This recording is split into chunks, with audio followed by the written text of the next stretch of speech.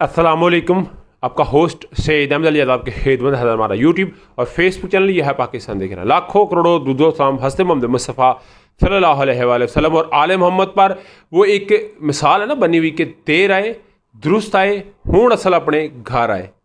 इस वक्त चीनी चोर हो, पेट्रोल चोर हो, ईरानी स्मगल तेल करने वाला हो, स्मगलिंग करने वाला हो, हर तरह से अवाम का जिसने, बिजली चोर, सबसे बड़ी बात बिजली चोर, जिसने अवाम को खाया, दो दो हाथ से नोच के खाया। असल जो मुतालबा इमरान अहमद खान न्याजी साहब ने किया था कि सारा होल्ड खुफिया एजेंसी, पाकिस्तान की जो सुप्रीम खुफिया एजेंसी है उसके आप हवाले कर दे, सारा कुछ ठीक हो जाएगा। और मुझे लगता है कि अभी वो सिस्टम शुरू हो चुका है और इस वक्त सब कुछ मंजर आम के ऊपर है। इस वक्त बिजली चोरों की शामत आ गई हुई है अल्हम्दुलिल्लाह।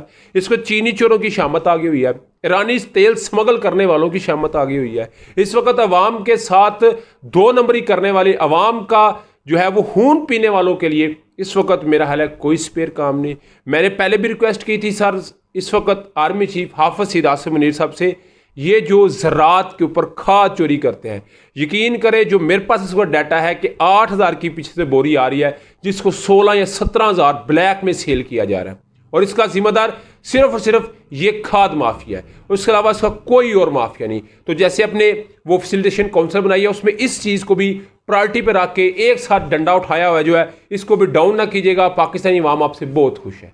पाकिस्तानी अवाम हर उस शख्स से खुश है जिसने इस पर मशवरा दिया था, जिसने इस पर अमल किया है। अल्लाह ताला पाकिस्तान को एक वक्त आएगा कि जब वो डेवलपिंग से निकल कर डेवलप होगा तो उसके लिए कुछ कुर्बानियां देनी पड़ेंगी। उसके लिए उन लोगों के पेट फाड़ने पड़ेंगे जिन्होंने इस कौम का पैसा इतना खाया कि डकार भी उनको भी नहीं आ रहा, मगर अभी जो है वो हाथ उनके ऊपर सख्त होने जा रहा है। उधर जी मैं आपको अपने व्लॉग में बता रहा था कि तहरीक इंसाफ के लिए सितंबर होने जा रहा है और ये अमल शुरू हुआ हलीम आदल शेख से, बल्कि सितंबर के पहले हफ्ते से शुरू हो गया। हलीम आदल शेख की बात कर ले, ओन अब्बास पब्बी जो कि गायब हुए और फिर उन्होंने आके एक प्रेस कॉन्फ्रेंस रिलीज की और इसी तरह एक मामला चलता रहा। अभी कहा जा रहा है कि उस्मान डार, जो उनके अहलिया या उनके घर वालों, उनकी वालदा का भी बयान आ गया है, उन्होंने ये बात कही है कि उनको कराची डिफेंस से गिरफ्तार कर लिया गया।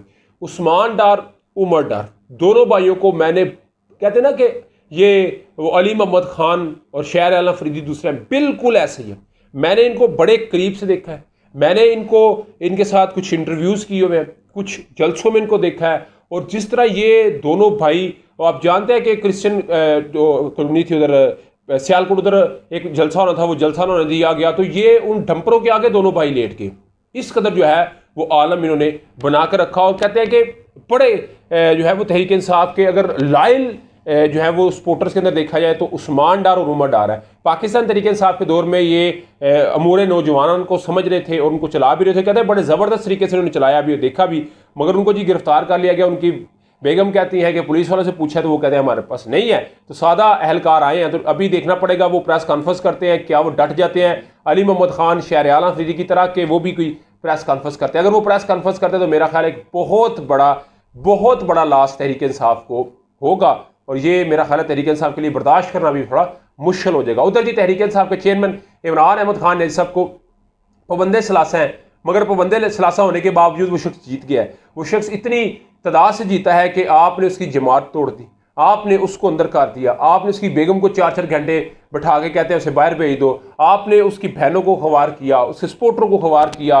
और ये सियासत के अंदर एक नया ट्रेंड जो मुतारफ़ करवाया गया।